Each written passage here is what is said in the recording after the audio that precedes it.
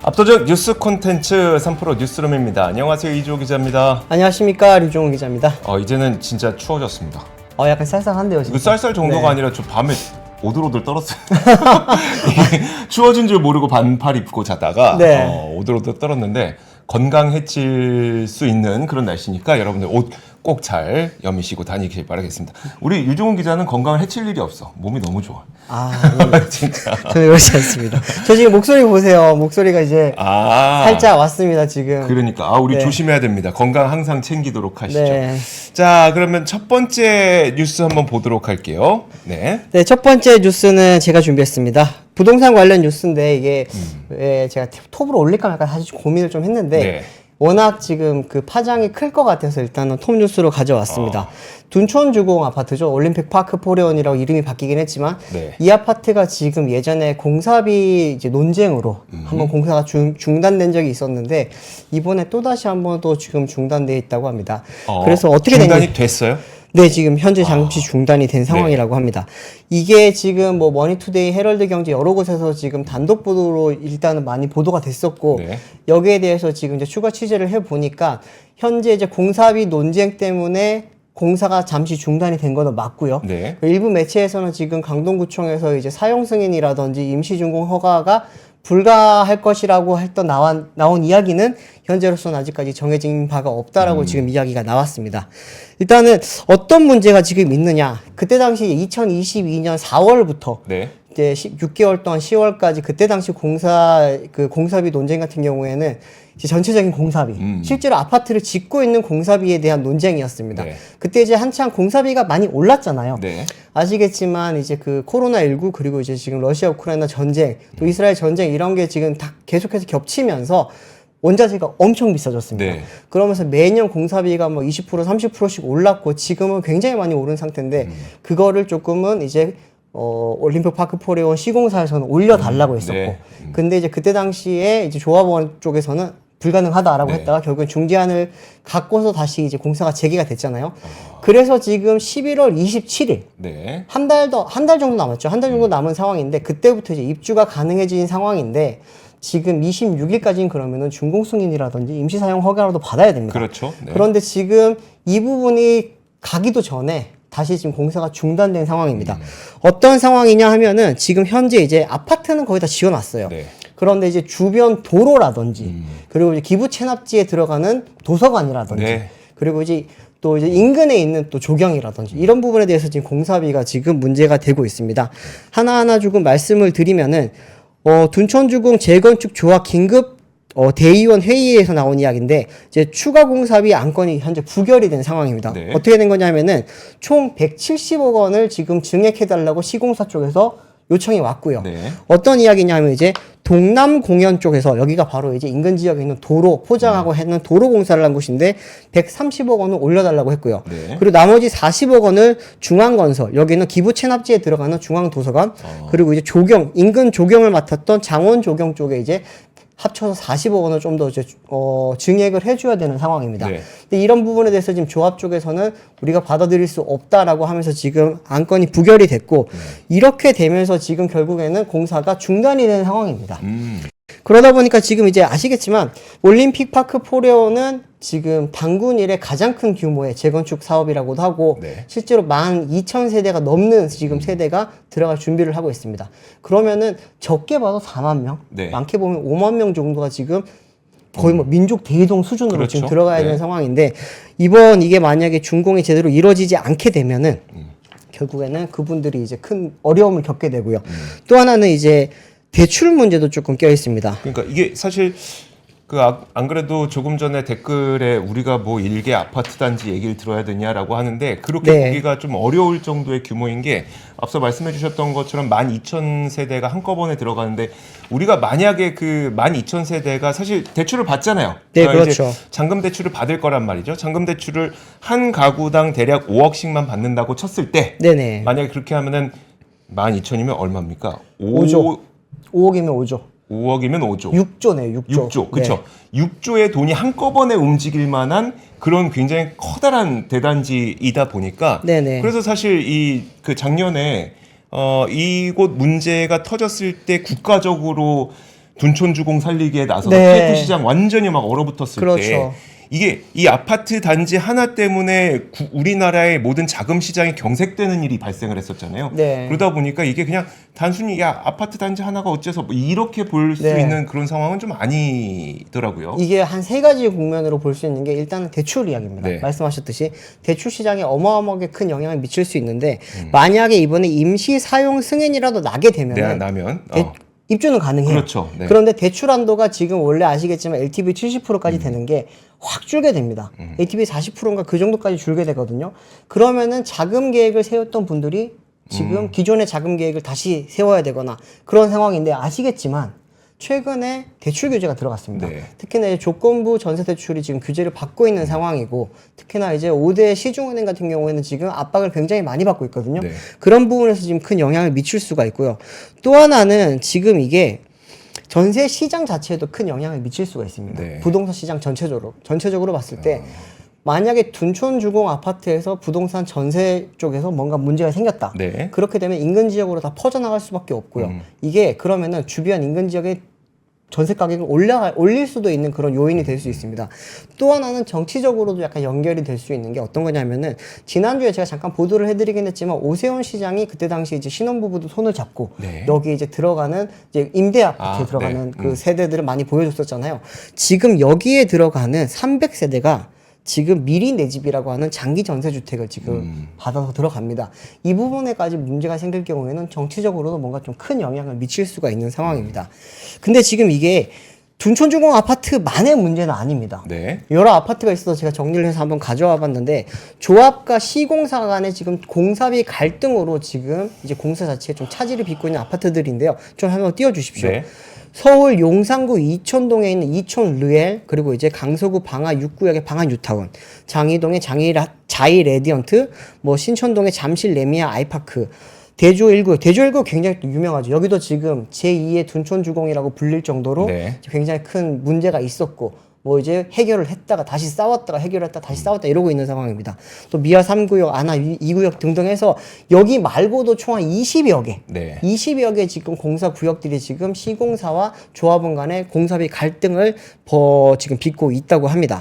지금 이게 다들 뭐 하나의 아파트 단지로서 지금 이렇게 되는 거에 우리가 굳이 보도를 하고 굳이 관심을 가질 필요가 있냐라고들 많이들 말씀을 하시긴 하는데 지금 서울 아파트 시장 자체가 신축 아파트를 공급할 수 있는 거는 사실상 도시정비 계획 사업밖에 없습니다. 네. 그렇게 빈 땅이 없잖아요. 그렇죠. 그렇기 때문에 이런 정비 사업이 어떻게 잘 이루어지는지에 따라서 앞으로 나올 우리 아파트들이 우리가 들어갈 수 있는 아파트들이 이제 어떻게 진행될지를 조금 미리 볼 수 있는 건데 계속해서 지금 공사비 이슈가 있고 특히나 이제 둔촌주공 아파트 같은 경우에는 워낙 큰 규모다 보니 그렇죠. 이게 지금 하나의 아파트가 아니라 여러 가지 측면에서 미치는 영향이 크기 때문에 이번에 만약에 좀 잘 될지 안 될지도 좀 많이 지켜봐야 될 것 같습니다. 결국은 해결은 되긴 되겠죠. 어떻게든 해결은 될 텐데 네. 앞서 말씀해 주셨던 것처럼 이게 제가 잘 몰라서 그러는데 11월 27일에 입주를 앞두고 네. 세입자, 그러니까 전세 세입자가 집주인하고 계약을 했을 거잖아요. 그렇죠. 그것도 대략 한 9월쯤에 이미 계약은 다 완료가 네. 됐겠죠. 입주가 11월 27일이니까.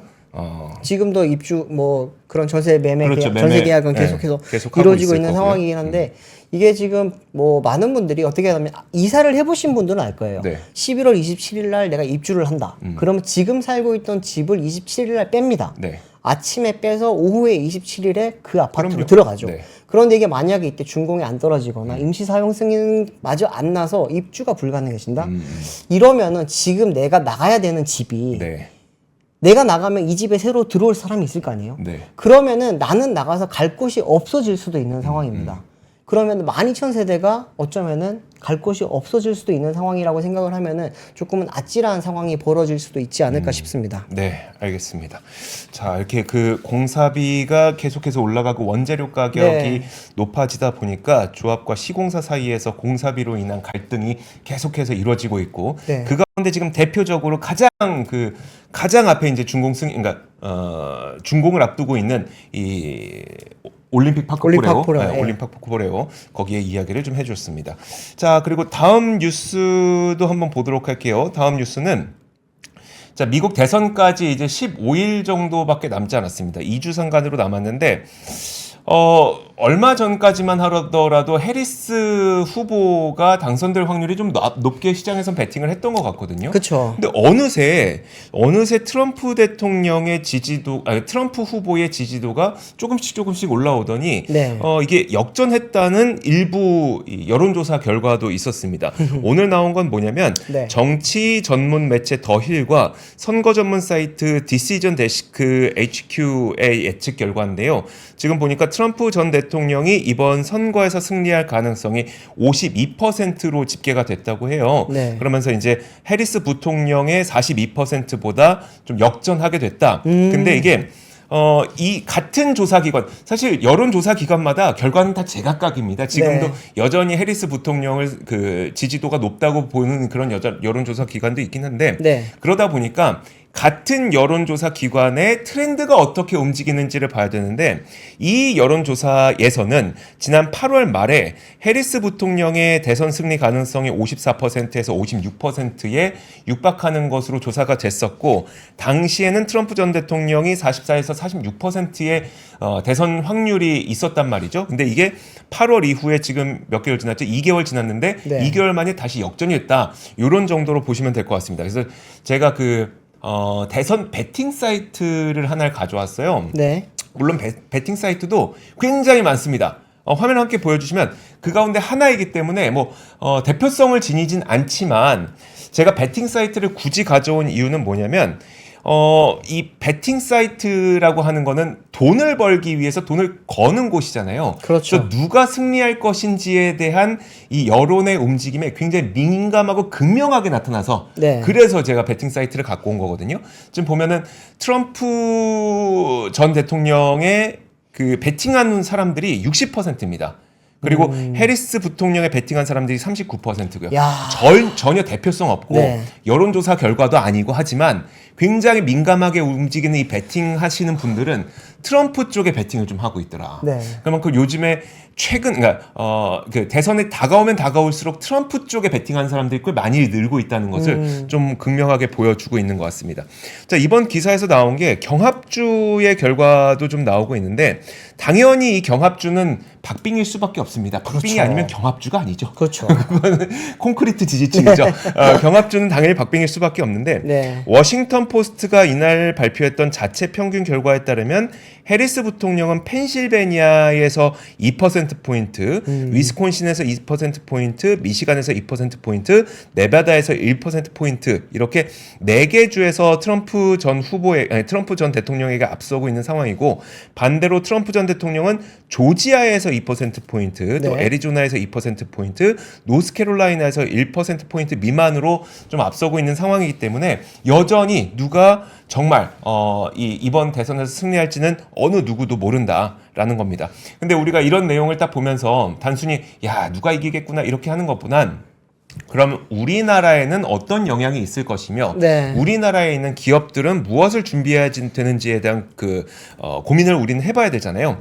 대한상공회의소가 미국 대선을 앞두고 과연 우리나라 기업들은 어느 부분을 가장 관심을 갖고 있고 무엇을 가장 우려하고 있는지에 대해서 조사를 해봤습니다. 네. 그래서 제조기업 300개사를 대상으로 미국 대선 관련 정책 이슈와 우리 기업의 과제를 조사를 해봤는데, 네. 일단 국내 기업들이 가장 걱정하고 있는 것이 무엇인지를 함께 보도록 하죠. 화면 열어주시면 아무래도 너무나 당연합니다.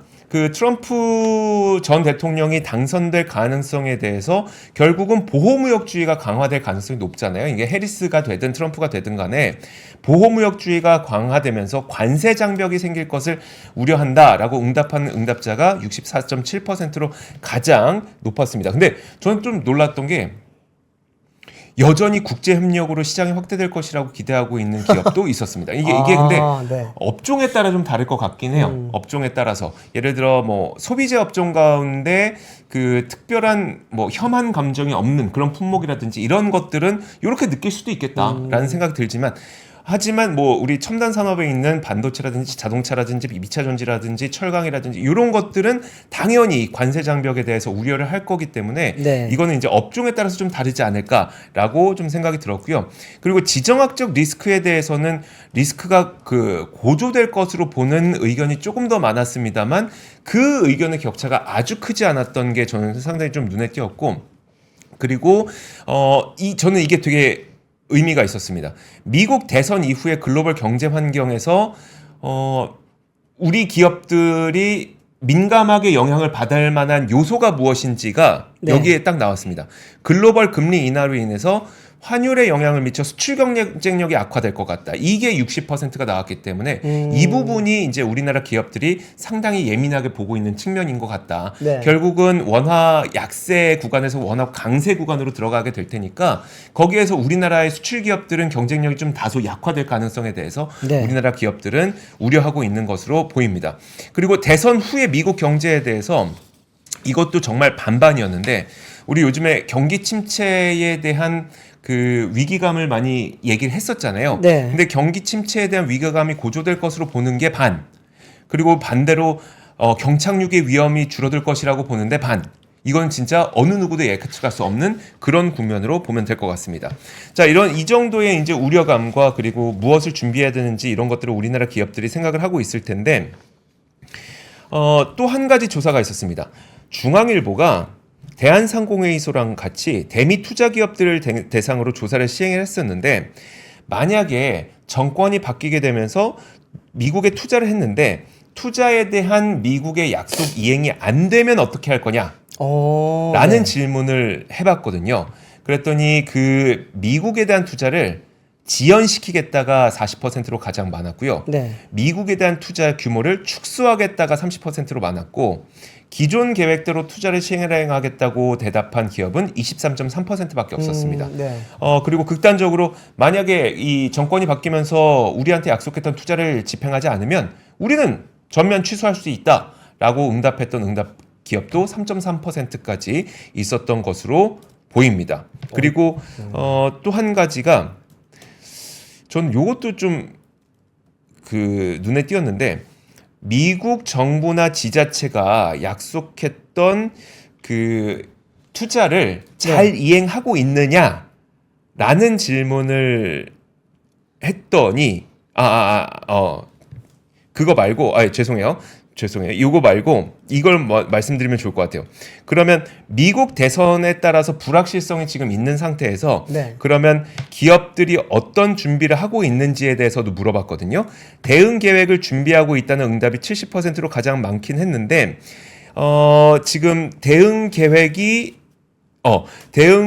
이미 마련돼 있다고 얘기한 곳은 3.3%밖에 없었고, 그리고 정확하게 나머지 기업들은 정확한 대응 계획을 마련해 놓고 있지 못한 상태라는 것이 이번 조사 결과를 통해서 나타났습니다. 그래서 대응 계획이 마련되어 있는 기업은 3.3%밖에 없었기 때문에 네. 만약에 정권이 교체가 되면서 정책적으로 커다란 변화가 있을 때 좀 차질을 빚을 가능성이 있는 기업들도 상당히 있었다라는 대부분이네요. 부분들이 96.7%면. 네. 그랬습니다.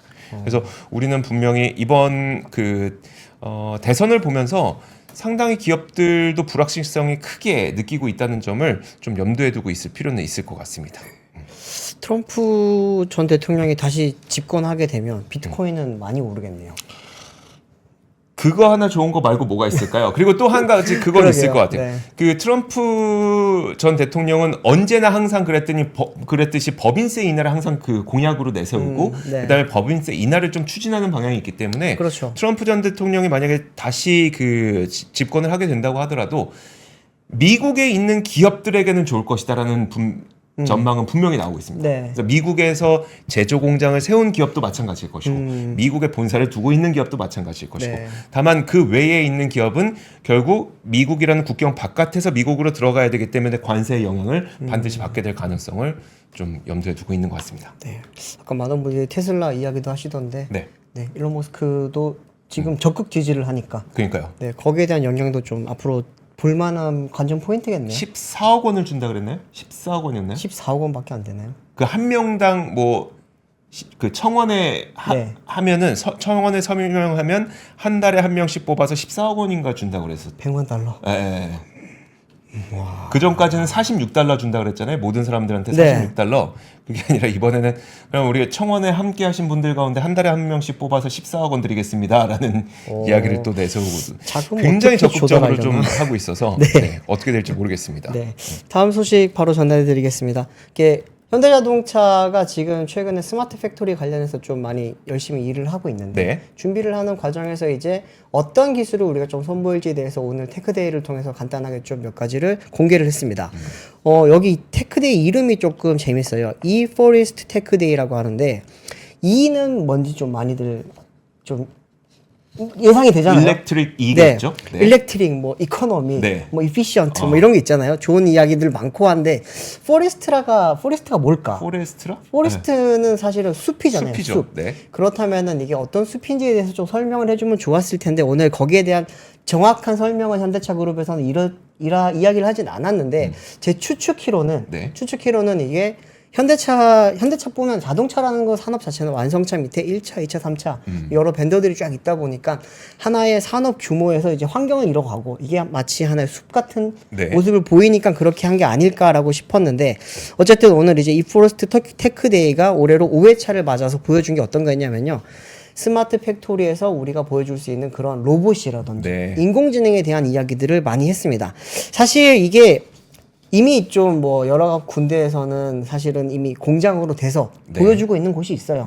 현대차 그룹 같은 경우에도 싱가포르에 있는 HMGX 거기는 뭐 그냥 시범 파일럿으로 만들어 놓은 게 아니고 네. 실제로 지금 웨이모에 공급할 그리고 모셔넬에 공급하고 있는 아이오닉 5 자율주행차를 거기서 만들고 있고요. 네. 거기 가면 진짜 사람은 별로 하는 일이 없어요. 로봇들이 다 알아서 옮겨 다니고 조립하는데 그 옮기는 로봇도 오늘 나왔습니다. 한번 좀 보여드릴게요. 네. 이게 이제 AMR이라고 합니다. 오토모티브 모바일 로봇이라고 하는데 여기 위에 이제 보면은 뭐 물건을 싣고 지나가잖아요. 네. 근데 지금 여기는 되게 다 간단하게 나와 있었는데 실제로 공장에서는 여기에 이제 우리가 예전에 네. 컨베이어 벨트를 따라서 움직이던 뭐 부품이라든지 장비라든지 볼트라든지 이런 거를 여기에 다 싣고 다니면서 얘가 라인별로 움직이면서 다 컨베이어 벨트 역할을 해줍니다. 네.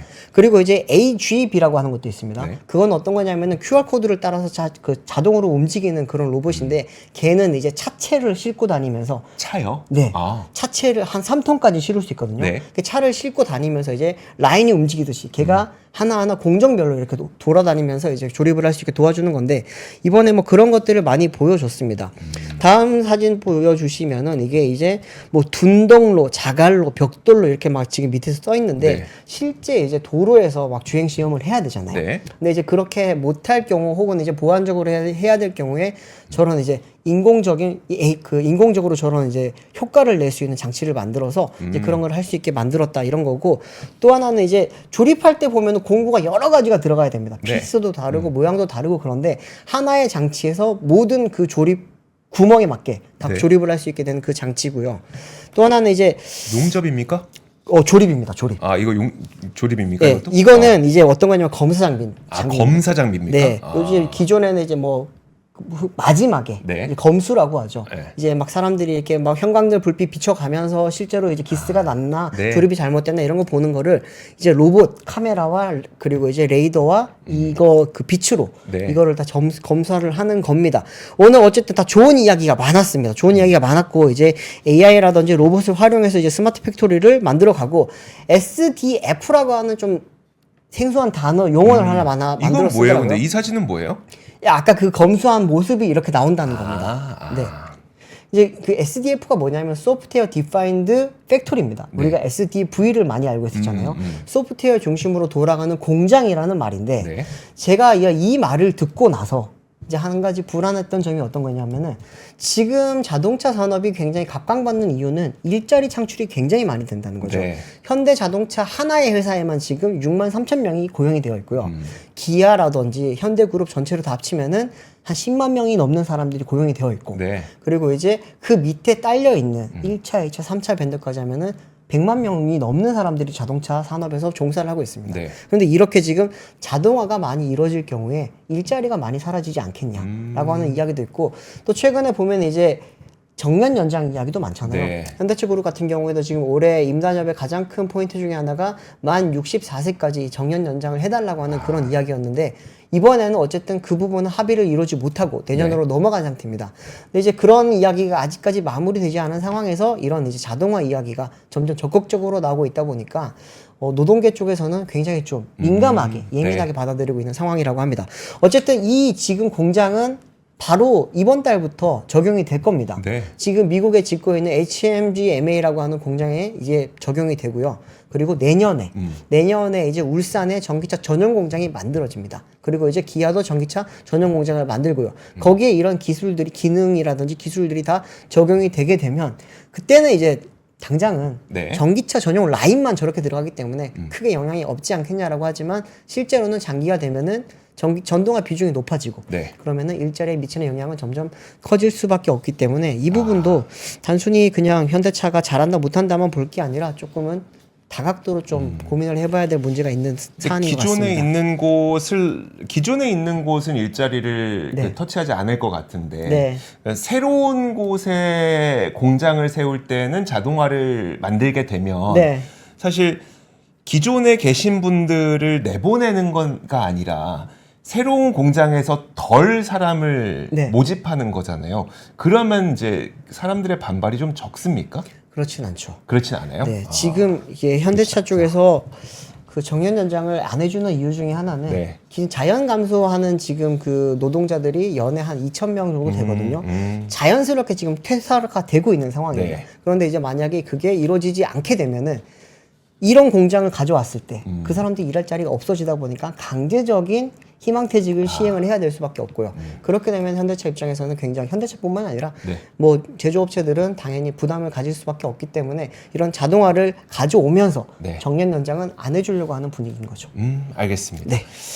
참, 이게 그 양면이 있어요. 네. 기술 개발이 좋아지고 그러면서 기업의 수익성이 높아지고 네, 맞습니다. 생산성과 효율성은 높아지지만 또 이제 근로자들의 반발은 또 잠재워야 되는 네. 양면성이 좀 있습니다. 자, 다음 뉴스 한번 보도록 하겠습니다. 요즘에 대출과 관련된 이야기를 저희도 굉장히 많이 해드리고 있는데 일단 그 1금융권에 대해서는 금융당국에서 굉장히 날카롭게 좀 쳐다보고 있다 보니까 네. DSR 규제도 높아졌고 금융권에서는 가산금리를 높여서라도 웬만하면 대출을 좀 덜 해주려고 하는 그런 움직임들이 있을 뿐만 아니라 최근에 또 조달금리가 높아지다 보니까 실제로 코픽스 금리까지 높아지게 되는 그런 현상들이 나타나고 있습니다. 네. 그 말은 결국 1금융권에서 대출받기가 좀 힘들어지고 있다는 거거든요. 그러다 보니까 이게 또 어디로 가고 있느냐? 2금융권의 대출 수요로 좀 몰리고 있는 상태가 나타나고 있습니다. 자, 2금융권 가운데 뭐 대표적인 곳들이 뭐 보험사 이런 곳이 있겠죠. 예를 들어 지난달 은행권의 가계대출이 5조 2천억 원 늘면서 전달보다 증가폭이 절반 가까이 줄어들었지만 같은 기간 2금융권 중 새마을금고는 2천억 원, 또 보험사에서는 약 4천억 원 정도 그 가계대출이 늘었다는 거예요. 그러니까 결국은 1금융권에서 못 받는 그 대출을 이제 2금융권이나 보험사 쪽에서 충당을 하려는 그런 수요가 굉장히 많다는 거죠. 그래서 지금 보면은 이런 것들이 계속 이어지고 있는 상태고 상호금융 저축은행에서의 집단대출도 늘어났었는데요. 지난 상반기 말 기준으로 저축은행의 집단대출 잔액은 2조 1천억 원 그리고 상호금융은 9조 원 정도에 달했거든요.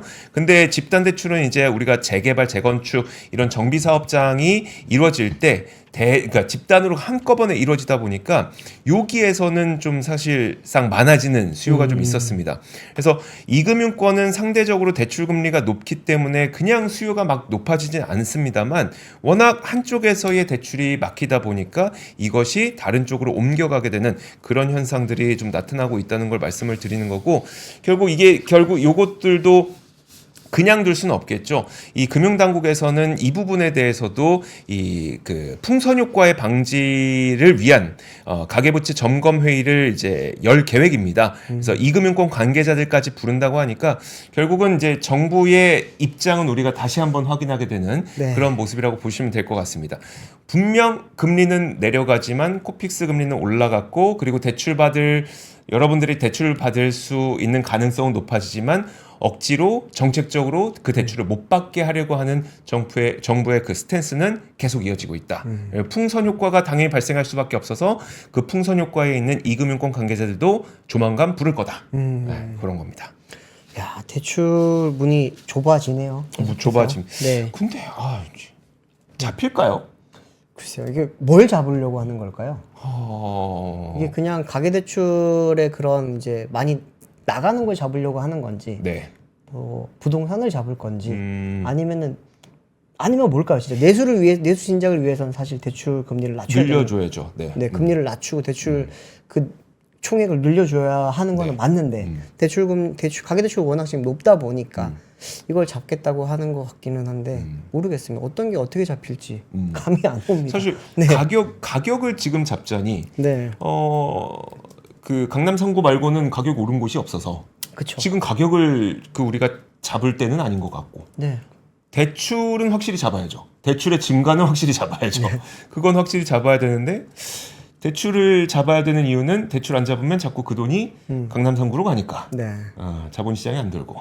그러니까 지난번에 디딤돌 대출 같은 그런 좀 그거는 말하는데 삽질? 실수였죠. 네. 실수? 삽질? 네. 삽질 같았어요. 그런 거는 좀 안 했으면 좋겠습니다. 어차피 잡아야 되는 거라면. 네, 간단하게 바로 말씀드리겠습니다. 네. 다음 뉴스는 지금 노벨문학상 이제 한강 작가가 노벨문학상을 받고 나서 네. 지금 주변에서 책 읽는 사람들 굉장히 많이 늘었잖아요. 네. 뭐 그러면서 이제 뭐 몇 주가도 올라가기도 했고 네. 그랬는데 오늘 이제 조선비즈에서 좀 재밌는 기사를 썼습니다. 보니까 노벨문학상 한강이 노벨문학상을 수상한 뒤로 이제 한 카드사에 네. 이제 인터넷 서점 결제액이 600배 늘었다. 와. 600배 늘었대요. 600배. 카드 결제액 600배. 네. 와. 그래서 어떤 건지 싶어서 한번 가져와 봤는데 간단한 표가 있어서 한번 보면서 말씀을 드리겠습니다. 네. 지금 조선비즈가 이제 카드사 A사로부터 제공받은 자료를 보면서 말씀을 드리면은 10일부터 15일까지 이제 한강이 노벨문학상을 받은 10일부터 15일까지 엿새 동안 3대 대형 서점, 교보문고, 예스24, 알라딘에서 이제 한강 소설에 대한 카드 매출 건수가 직전 6일과 비교해서 591배 늘었다고 합니다. 네. 와. 엄청나게 많이 늘었죠. 591. 결제 건수가 네. 이런 그럴 수 있을 것 같아요. 네. 결제 금액은 360배 늘었다고 합니다. 결제 금액은 590배가 안 늘었을까요? 네. 모르겠습니다. 뭐 책값이 다른가. 책값이 좀 다를 수 있겠죠. 그런 것 같은데 이 기간에 이제 3대 서점에서 집계한 한강책의 판매 부수는 약 100만 부라고 합니다. 100만 부요? 네. 엿새 동안 100만 부라고 하고요. 또 하나 이제 오늘 보면은 IGA 웍스라는 곳에서 또 나온 이야기가 있어서 또 가져와 봤는데 네. 여기서는 이제 한강 노벨문학상 수상 발표 이후에 이제 예스24 알라딘 교보문고의 결제 금액이 51억 원으로 이제 9일 대비 2배 이상 늘었다. 11일 하루의 결제 금액이 네. 9일 대비 2배 이상 늘었다. 뭐 이렇게 나왔습니다. 이게 어쨌든 여기서 전해주는 이야기는 네. 지금 한강 이후에 독서 열풍이 불어들고 있는 게 맞는 것 같고 네. 또 하나는 이제 한강의 그런 이제 저자의 책을 지금 구하기에 다들 혈안이 되어 있다고 합니다. 네. 뭐 베트남이라든지 해외에서도 지금 한강 책을 구하기 위해서 현지 사람들이 한국 사람도 아니고요. 네. 현지 사람들이 지금 막 난리가 났다고 하거든요. 그 정도로 지금 신드롬이 이루어지고 있다고 합니다. 네. 우리도 해외의 어떤 문학상이라든지 아니면 해외에서 어떤 그 영화가 어떤 작품을 탔다든지 그럼 당연히 그 영화 보는 거고. 그렇죠. 문학상을 탔으면 그 책을 어떻게든 사서 보고 싶은 거고. 그렇죠, 그렇죠. 그걸 지금 이제 역직구로 하고 있다는 거잖아요. 해외에 네. 있는 계시는 분들이. 맞아요. 참 우리가 이번 기회에 책을 그냥 한 번 읽고 끝내는 게 아니라 도서의 어떤 습관이 우리나라 분들에게도 많이 생겼으면 좋겠을 뿐만 아니라 네. 해외에 계시는 분들도 우리나라 책을 많이 사가는 우리가 언제 한번 수출로 도서를 주요 수출 품목으로 해보겠습니까? 네. 주요 수출 품목에 도서가 올라가는 날도 한번 기대해 보고 싶다는 생각이 문득 들었어요. 네. 되게 좀 멋있네요. 그거는. 네. 어쨌든 이제 이번 그 일을 통해서 우리나라 네. 분들이 많은 분들이 또 책을 읽게 되는 그런 계기가 됐으니까 그것만으로도 저는 굉장히 큰 네. 쾌거라고 생각을 합니다. 네, 알겠습니다. 저도 책 좀 읽어야겠습니다. 자, 마지막 한 가지만 더 말씀드릴 텐데 그 11월 쇼핑 대전 우리나라에서도 블랙 프라이데이 이후에 준하는 뭐 코리아 세일 페스타 뭐 이런 행사들 하잖아요. 네네. 이제 유통업체들이 지금 많이 준비를 하고 있는데 아무래도 우리나라에서도 많은 이제 쇼핑을 했으면 좋겠지만 사실상 효과가 그렇게 좀 많지는 않을 가능성도 있긴 있거든요. 하지만 요즘에 워낙 그 내수도 부진하고 침체도 계속되어 있고 하다 보니까 특히 네. 내수 쪽에 침체가 되어 있으니까 이번 쇼핑 대전에는 좀 많은 분들이 소비도 하고 그리고 싸게도 사고 그 누이 좋고 아우 좋은 매부 좋은 네. 누이 좋고 매부 좋은 그런 네. 일들이 펼쳐졌으면 좋겠습니다. 물론 유통 구조상 우리는 결국 유통 마진 줄이는 정도밖에 할인을 못 하긴 해요. 그쵸. 하지만 그럼에도 네. 불구하고 내수 침체를 좀 극복할 수 있는 기회가 됐으면 좋겠습니다. 자, 그러면 3프로 뉴스룸은 오늘 여기까지 전해드리도록 하겠고요. 저희는 내일 오겠습니다. 고맙습니다. 감사합니다. 삶의 격을 높이는 9가지 지혜를 함께 나눕니다. 위즈덤 칼리지 시즌 2 영상 아래 링크를 클릭하시면 자세한 내용을 확인하실 수 있습니다.